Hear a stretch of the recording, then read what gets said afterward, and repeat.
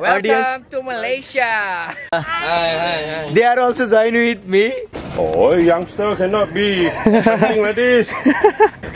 It's so hard to hiking. No, it takes small step. And moreover, quite slippery.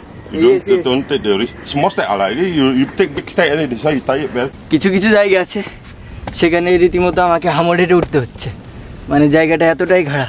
আসসালামু আলাইকুম guys, আজ চলে আসলাম কেদার সবচেয়ে সুউচ্চ পাহাড়ের ভিতরে অন্যতম একটা পাহাড় গুনুং কেরিয়াং। এই পাহাড়ে আজ হাইকিং করব। আমার সাথে ব্যাক সাইডে অনেক লোকাল মালয়েশিয়ান আছে, ইভেন সাইডে অনেকগুলো কার আছে আর কি, অনেকে আসবে হাইকিং এ। They are also join with me. Let's enjoy the hiking. চলেন তাহলে এই পাহাড়ে হাইকিং করা যাক। কতটা সুউচ্চ পাহাড় দেখতে পাচ্ছেন, কতটা খাড়া এই জায়গাটা। এই জায়গাতে আমি ক্যামেরা হাতে নিতে পারবো না, জাস্ট অন্যরা যাচ্ছে সেটা দেখালাম। হাইকিং কখনো একা করা উচিত না, গ্রুপ অফ পিপুল ছাড়া। আমি আমার গ্রুপমেট হারিয়ে ফেলেছিলাম, আবার পেয়ে গেছি। আমরা অনেকক্ষণ উঁচুতে উঠলাম এই সাইড দিয়ে, এখন এইদিকে অনেক নিচুতে নামবো। কতটা নিচু। আমরা অনেক সকালবেলা রওনা দিয়েছি, কিছুটা ভোর ছিল, বাট পাহাড়ে এই রোডে এখনো মনে হচ্ছে সকাল হয়নি, অন্ধকার। বাট অনেক সকালে এসেছিল, এসে তারা আবার ব্যাগ যাচ্ছে। আমরা যখন উঠছি তখন ব্যাগ দেখছে। Oh, youngster cannot be something like this.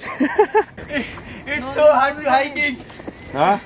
It's so hard to hiking. No, it takes small step. And moreover, quite slippery. Yes. Don't take the risk. Small step like this, you take big step and this how you tie it very fast. Oh, I have to take. Until you really think you can go faster, then you go faster. But you must start thinking very small step. Okay, we have to take small steps. Thank you. আসলে মালয়েশিয়াতে অনেকগুলো professional যারা hiking করে, always even hiking এক কোয়ালিটির নেশা আর কি। আমরা অনেক লং স্টেপ নিয়ে, মানে একটা সিঁড়ি বাদ দিয়ে আরেকটা সিঁড়িতে পা দিচ্ছিলাম, ওই জন্য আমরা দ্রুত হাঁপিয়ে গেছি। উনি বলতো ছোট স্টেপ নিতে। এই পাহাড়গুলোতে লোক মুখে শুনেছি এখানে হচ্ছে কালো জাদু হয়। তো যেখানে কালো জাদু হয় আর কি, সেই পাহাড়গুলো খুবই ডেঞ্জারাস। চলেন, আমার ফ্রন্ট সাইডে একটা ভিউ আছে, এটা আপনাদেরকে দেখাই, দেখলে বুঝতে পারবেন। এই যে এরকম কিছু খাদ আছে আর কি, যেখানে কালো জাদু হয়। নিচে একটা দেখলাম ওটা, বাট ওই জায়গাটা খুবই ডেঞ্জারাস ছিল, ক্যামেরা অন করতে পারি নাই।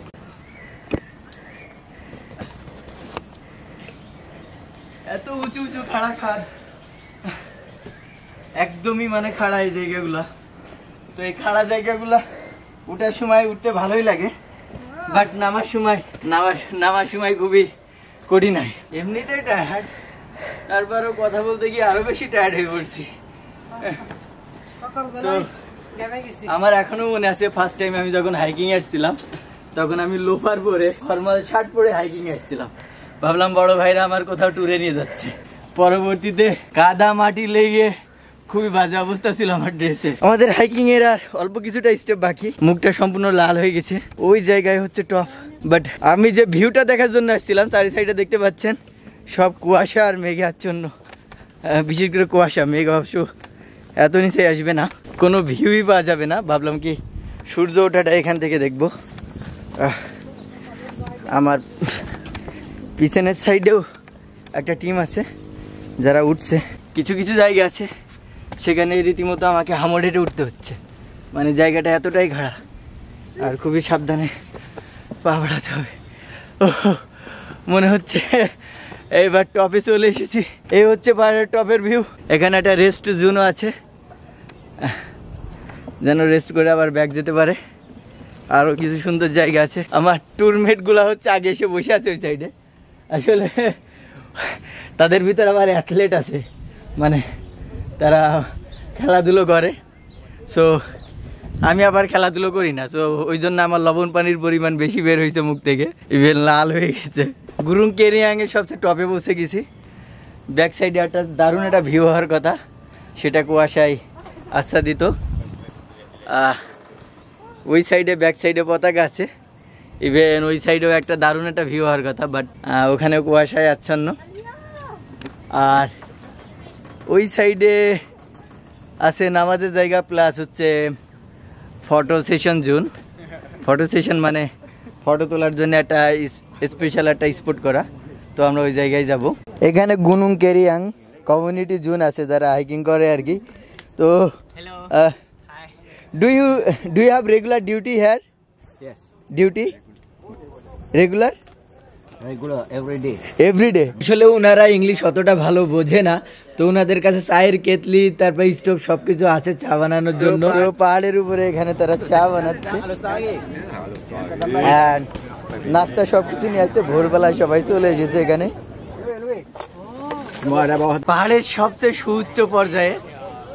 তো আপনারা একটা ব্যাপার দেখলে এখানে অবাক হবেন, আমার ফেসটা মনে হয় অতটাও ক্লিয়ার নাই এখন। চলেন এখানে যে হচ্ছে ফটো জোন আছে সেটা হচ্ছে আমার ব্যাকগ্রাউন্ডে, ওই যে ওই সাইডে, ওখানে প্রচুর পরিমাণে মানুষ। Here with me to hiker, actually they are also blogger, right? Yep. He has camera. I noticed that he has camera. How many time you hiking here? Okay, actually, this is our first time. This. We are from Kuala Lumpur. Actually. Oh, you are we're from Kuala- visiting Kedah for 2 days. 2 days. Yeah. And you will explore the some famous place in Kedah, right? Yes, exactly. Actually, yesterday we've been at Mokchun, Bukit Mokchun. Bukit Mokchun? Yeah. You been there before? No. Not yet. Okay, but you should go there. Yes, actually, I am so busy. So busy, but still I am busy. Next week in my exam, this is my exam weekend. So that's why we planned before the exam. I need to refresh my mind. That's why I came to explore the Gunung Keriang. Yeah. So thank you so much Yeah, for welcome. joining with me. But Do you want to say any message to my countrymen and my audience? Welcome to Malaysia. Okay. Coming here to Yeah. climb here, and it is a good view for the Kedah, a part Kedah. of Malaysia. paddy field. Peripheral. Fedifield. Yeah. But right now the Fedifield is not clear in camera because of the foggy. Still there is. But if you go to Bukit Mokchun, Yes. the peripherals at this time is very nice, so green. So green, right? Yeah, I tell you, it's So- not so far from here. It's about 1 hour. So after the exam, I have 2-week holiday. Inshallah, I will try to Yes. go there. You go to Bukit Mokchun, also Okay. in Kedah. Okay, thank you. All right. Okay. Bye bye. Bye bye. So আমরা অনেকক্ষণ পাহাড়ে কাটালাম, but মনে হচ্ছে বৃষ্টি আসার possibility আছে। Even অনেক ঠান্ডা হাওয়া বইছে পাহাড়ে, তো তার মানে বোঝা যায় এটা অনেকটা নিশ্চিত যে বৃষ্টি আসার পসিবিলিটি আছে। এটা মালয়েশিয়ার পতাকা, যারা এখানে আসবে এখানে পতাকার সামনে ছবি উঠতে পারবে আর কি, যারা পাহাড়গুলো জয় করবে। তো এখন আমাদের ব্যাক যেতে হবে, আদারওয়াইজ যদি বৃষ্টি অনেক চলে আসে, আমরা যে রোড দিয়ে এসেছি আমরা ওই রোড দিয়ে নামা খুবই কঠিন হয়ে যাবে আমাদের। তো এই ছিল পাহাড়ের ব্লগ। চলেন এখন নামা যাক, বাকিটা দেখি নামাটা কতটা কঠিন হয় আর কি। ঠিক যেমনটা বলছিলাম, কথা বলতে না বলতে বৃষ্টি চলে এসেছে। সো আমাদের ওয়েট করতে হবে, বৃষ্টিটা থামলে আমরা রওনা দিব। আর হয়তো বা এবার আমাদের নামাটা খুবই কঠিন হবে।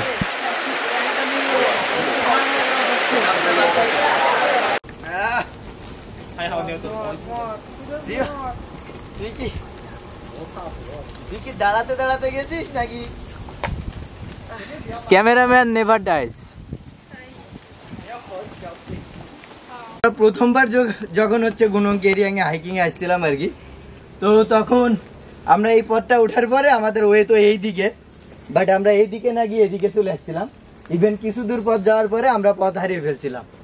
পরে আমরা আবার ব্যাগ এসে আবার এদিকে উঠছিলাম। তো এখন এই জায়গায় এই যে এটা অ্যাবান্ডন করে দিছে আর কি, মানে এদিকে কেউ যাইতে পারবে না। নোটিশ বোর্ডও লাগাই দিছে সাইডে। তো আপাতত এগুলা হচ্ছে এই রোডটা অফ। সো আমাদের এখন অন ওয়ে আছে শুধু, আর কিছু দূর গেলেই মেবি পৌঁছে যাব, একদম মানে নিচেই চলে যাব আর কি। আর বৃষ্টিতে জায়গাটা অনেক পিচ্ছিল হয়ে গেছে, তো পিচ্ছিল হলেও পরিবেশটা একটু ঠান্ডা হয়েছে, এই জন্য মানে ভালো লাগছে আর কি সব মিলিয়ে। এটা হচ্ছে সর্বশেষ খাড়াঘাট মানে নামার ক্ষেত্রে, আর নাই আর কি। আমি একদমই শেষ পর্যায়ে চলে এসেছি। এখন সামনে গেলেই আর কি প্রায় সমতল ভূমির দেখা পাবো।